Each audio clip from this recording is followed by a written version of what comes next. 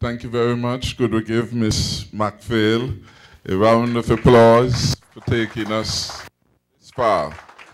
I want, of course, to say what a special delight it is for us as a government as we celebrate the first anniversary of our administration in power, to be able to come to the country and, as it were, showcase not just our work, but the multiplicity of opportunities that would become available to all the good citizens and residents of St. Kitts and Nevis.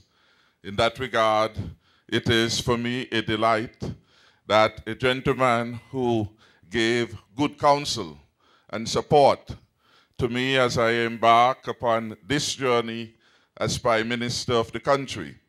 And indeed, it was today, on the 18th of February, that the Honorable Vincent Byron took the oath as Attorney General of St. Kitts and Nevis, and I took the oath as Prime Minister. We were the two first members of the cabinet to have been officially sworn in. And so this is Vincent's birthday. So give him a special round of applause. I heard him all this week saying that he felt so good. He felt so nice. And I was thinking, in part, it must have been the lovely sermon delivered by Pastor Philip, it was, on Sunday. And I know that in part of it was that he felt he had something exciting to showcase on his anniversary, which today we are doing with respect to the launch. Of course, the Attorney General happens to be the minister with responsibility for technology. But I was going to recognize, of course, with among us today, the presence of Sir Cuthbert Montrevel Sebastian, former Governor General, who has been a source of support, wisdom, and advice, particularly to Ambassador Kander and I, as we had took a new pathway in terms of our own political life. And so I am humbled that you're here, Excellency, today, on this, in a sense, the birthday of the Team Unity administration. I want equally to thank all of the colleagues who are here, who came together at a critical time in the life of the country to indicate that there was a better way. And there was a better way when the citizens and residents of our federation could cast aside their political party affiliation in the interests of good governance and the interests of the further advancement of our country. And so we are here today, and it's such a wonderful experience. I want to say the famous words which we popularized on the 26th of September when Team Unity was launched: to God be the glory. Because without him, this wonderful moment in the lives of the people of St. Kitts and Nevis certainly would not have come. I want to acknowledge with us also the presence of several members of the Diplomatic and Consular Corps. Without their solidarity and tangible support, the advancements that we have made over the last 12 months would not have been as great. So let us give a round of applause for the solidarity and support that the Diplomatic Corps and the Consular Corps have presented to the country. It is indeed a pleasure for me to be associated with the launch of the government's e-portal today. Today, of course, as you will hear from those who have the prowess and the skill in this area, we advance the standing of the Team Unity government as a modern government, progressive enough to embrace the future and all the efficiencies and efficacies associated with ICT, and in particular with the e-portal about which you would hear more. Today, we demonstrate that In our year of celebration, the launch of this particular portal reflects something significant about the type of government that we wish to be. A government that is open, a government that is transparent, a government that is committed to give the best quality service to the citizens and residents of St. Kitts and Nevis. And significantly, the launch today will certainly help us to enhance the delivery of a variety of services and provide information to the global community with regard to developments in St. Kitts and Nevis. And we have been advised by our partners from Open Interactive, and I want to salute those who are representing that entity here. Could those representing that group please stand? A good friend, Instachio Williams, one of our young entrepreneurs in St. Kitts and Nevis, who took a gamble in the development of this as part of his contribution to the onward progress of St. Kitts and Nevis. So, Stachio, we want to commend you. Thank you for having confidence in the future. And thank you and thanks to Adam for wanting to partner with the government in this particular venture. What we are doing here, of course, will assist us in building a strong and enduring foundation upon which to deliver services to our people.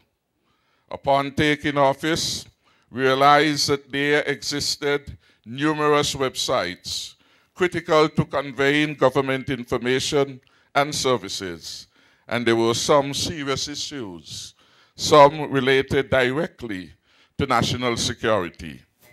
First, there were multiple points of administration hosted on different servers of unknown security and integrity, each conveying and collecting vital data and information. This, of course, was contrary to best practices, and it demanded the immediate attention of the Minister with responsibility for technology. Another reason why we are here is that we want to develop a foundation on which this government delivers its promises. International organizations such as the IMF, the United Nations, as well as foreign financial bodies look to e-government and ICT as a measure of a progressive, modern, and truly democratic government. Upon taking office, we were ranked 90 out of 197 nations by the UN, and we were ranked much lower when it comes to e-participation. E-participation, which is how effectively our citizens' issues and voices are considered in forming and shaping policy. Our commitment to e-government then elevates our federation on the international stage. And it is also going to impact positively on our ability to do business with the rest of the world. Of course, doing business, or the ease of it, is now an important international indicator of investment, the ability of a country to attract investments. People want to go to destinations in which it is easier to do business rather than difficult to do so. And there are a number of variables on which you are judged, and one of which has to do the ease with which information basically is being processed through the system. Whether it is in starting up a business, how many days? Closing a business, how many days? Getting telephone services, how many days? The efficiency of the system largely is being held up now as an international signpost, whether or not you are ready. certainly with the advancement which we are making today, when people get to this portal, they will have a clear understanding that we in St. Kitts and Nevis are very, very ready. Indeed, I am advised of all countries within the region, once we are up and working well, we will be the most ready anywhere. So give yourselves a round of applause. This e-government approach, of course, will bring many benefits. And of course, it will help us in streamlining a lot of the activities, the transactions that takes place within the government. We are hoping that over time, through comprehensive use of this, that we are going to have cost savings in the administration of the government. Now I am advised that the e-government approach is an evolutionary approach to 4 stages or 4 processes. One would be information. And I think Ms. McPhail, making the introduction, advised of all the things or some of the things that you will be able to have from this portal. And just looking at it, you see that this is so friendly, attractive, beautiful, that it will make it the place that every citizen and resident would really want to go. And again, the brains behind this is in fact both a public sector partnership, representative of that, and the private sector partnership coming from Open Interactives. Again, I want to big up Stachio for the leadership role that he has played in this regard. And to commend him as a young man in this country who asks not what the country can do for him, but came with a proposal and said, this is what I and my company can do to advance St. Kitts and Nevis. So we are happy that the vision that we shared was complementary.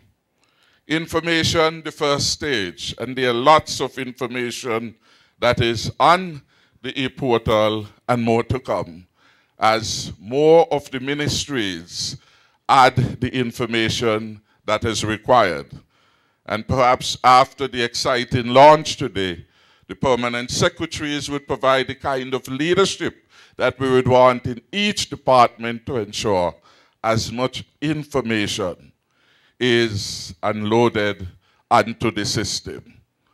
Only those that are of a national security and of a public health nature should not be there.